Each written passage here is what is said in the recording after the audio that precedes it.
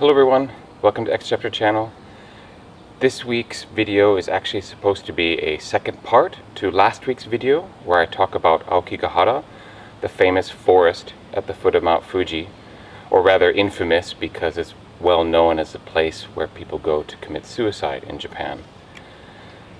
There's a conversation I had on my hike with Chris that I cut from last week's episode, and it was because I wanted that video to be about the story of the forest, and I didn't want to dwell too much on the darker aspect of Aokigahara. That being said, this conversation I think is important because someone watching this video might someday come to Aokigahara, go hiking, maybe leave the trails, and so this conversation is about what you can and should do if you happen across the remains of some unfortunate soul who ended their life there. It's pretty unlikely that it will happen, but in case it does, this is an important conversation to keep in mind. So without further ado, let's take a look at that conversation. So I suppose one potentially important question is, what should people do if they, we've already talked about it's perfectly all right to come in here and take hikes and spend time and enjoy the forest, but what should one do if one were to come across unfortunate remains?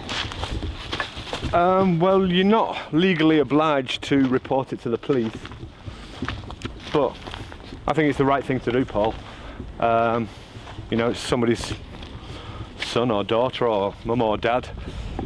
So, yeah, my advice, please report it to the police. Make a note on your smartphone of the GPS position and then report it to the police, maybe through your hotel or your hostel. But yeah, the police will want to come back with you to the place. They'll want you there for their legal requirements too, and you'll have to write your name and things like that. But yeah, I think that's what I advise doing. That I've done it a couple of times, and the police are very nice. They won't suspect you.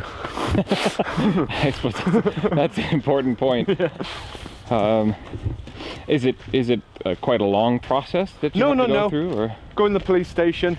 They have a team there, and they'll drag them out, and you'll go in the van with them and take them to the spot. And one of the requirements is they always need a picture of you pointing to the unfortunate person and saying, "I found this." They need that for their files. They're quite thorough, of course, in Japan. Right. But I would guess the likelihood of that is, as long as you're staying to the trails, the likelihood of needing to do that was pretty small, I would guess. In 15 years, Paul, of spending most weekends in and around the forest, I found 3 people.